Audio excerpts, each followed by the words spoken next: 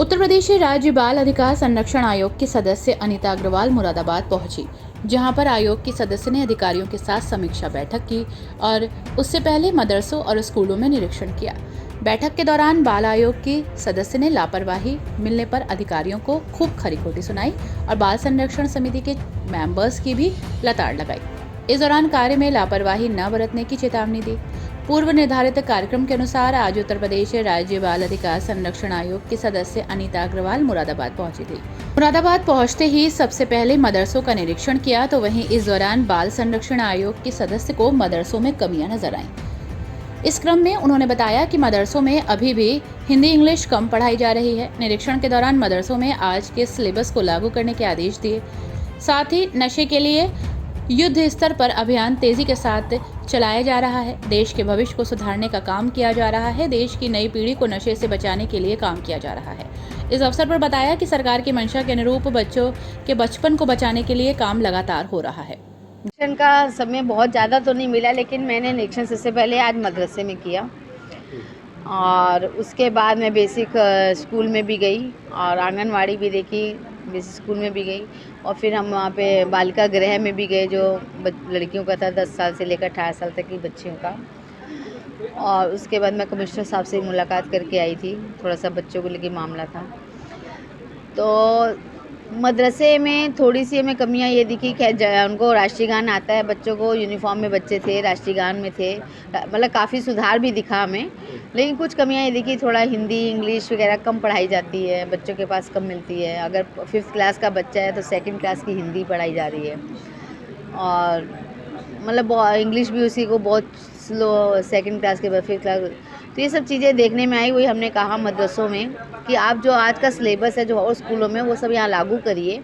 आपको उर्दू पढ़ानी है, आप 1 घंटा उर्दू पढ़ाइए, कोई दिक्कत नहीं। 8 पीरियड होते हैं स्कूल में, आप 2 घंटे पढ़ा लीजिए, कोई बात। लेकिन बाकी पीरियड में आप और शिक्षा भी दीजिए उनको, क्योंकि हमारे प्रधानमंत्री मुख्यमंत्री सीधा कहते हैं अगर आप एक हाथ में कुरान पकड़ते हैं तो एक हाथ में कंप्यूटर भी होना चाहिए। तो इसलिए बच्चे जो हैं देश का भविष्य हैं, उनके बच्चों के सुधार के लिए हम लोग लगे हैं। और दूसरा, एक युद्ध नशे के विरुद्ध के लिए हमारा अभियान बहुत तेज़ी से चल रहा है, जिसमें मुख्यमंत्री भी इसमें बहुत ध्यान दे रहे हैं कि बच्चों में कम से कम ये आदतें ना आएँ। अब बड़ों में तो बिगड़ चुके हैं, जो बिगड़ चुके हैं उनको तो हम नहीं सुधार सकते हैं, लेकिन हमारे जो नई पीढ़ी, नया देश, भविष्य है बच्चे हमारे, उनको हम रोक सकें। स्कूल के आसपास जो है नशाखोरी की दुकानें ना हो, ये सब हो। अगर ऐसा है तो आप बताइए पुलिस को, तो उसको ख़त्म भी किया जाएगा। तो जगह जगह स्कूलों में सेमिनार हो, एक कार्यक्रम हो, जिलाधिकारी के थ्रू कार्यक्रम हो, वो भी बात रखी है। तो ये सब चीज़ों को हमने देखा। दूसरा, BS से मैंने ये बोला है कि आप लोग जाते हैं स्कूलों में, ठीक है, अपने स्कूलों का स्टेटस को हमें सुधारना पड़ेगा। यूनिफॉर्म में बच्चे मुझे नहीं दिखे, जूते नहीं पहने हुए थे बच्चों में।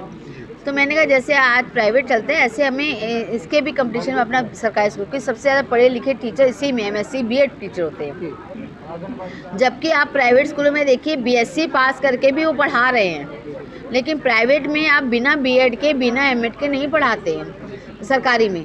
तो सरकारी स्कूलों का स्टेटस तक क्यों, जब हम सरकारी यूनिवर्सिटियों में चाहते हैं कि हमारी अच्छी यूनिवर्सिटी में सरकारी में एडमिशन हो जाए। ऐसी कंपटीशन हमें सरकारी स्कूलों के लिए भी चाहिए, इसका सुधार होना चाहिए।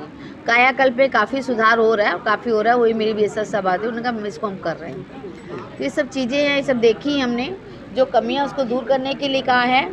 और बाकी श्रम वालों में उन्होंने कहा है कि हमने रेस्क्यू किए हैं काफ़ी बच्चे, तो हमने कहा उसके हमें लिस्ट दे दो। और बाकी उनका पुनर्वसन भी कराया, उनको शिक्षा के लिए भेजा है।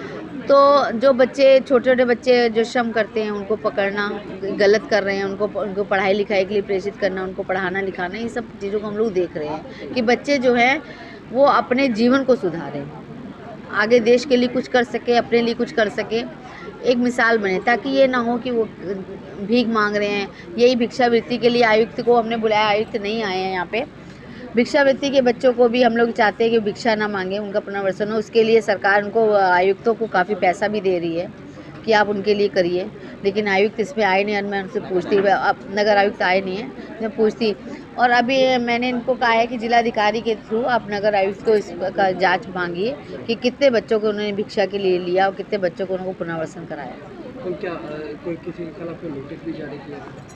नोटिस देखिए, हम ऐसे DIS जो नहीं आए हैं, अभी 1-2 लोग जो नहीं, समाज कल्याण के वो अब आए उनके तो एक जो लोग नहीं आए उनके लिए नोटिस कि वो लोग क्यों नहीं आए, इसमें कारण बताओ नोटिस कि आप क्यों नहीं आए, उसके लिए हम नोटिस जारी कर रहे हैं, नगर आयुक्त को भी करेंगे।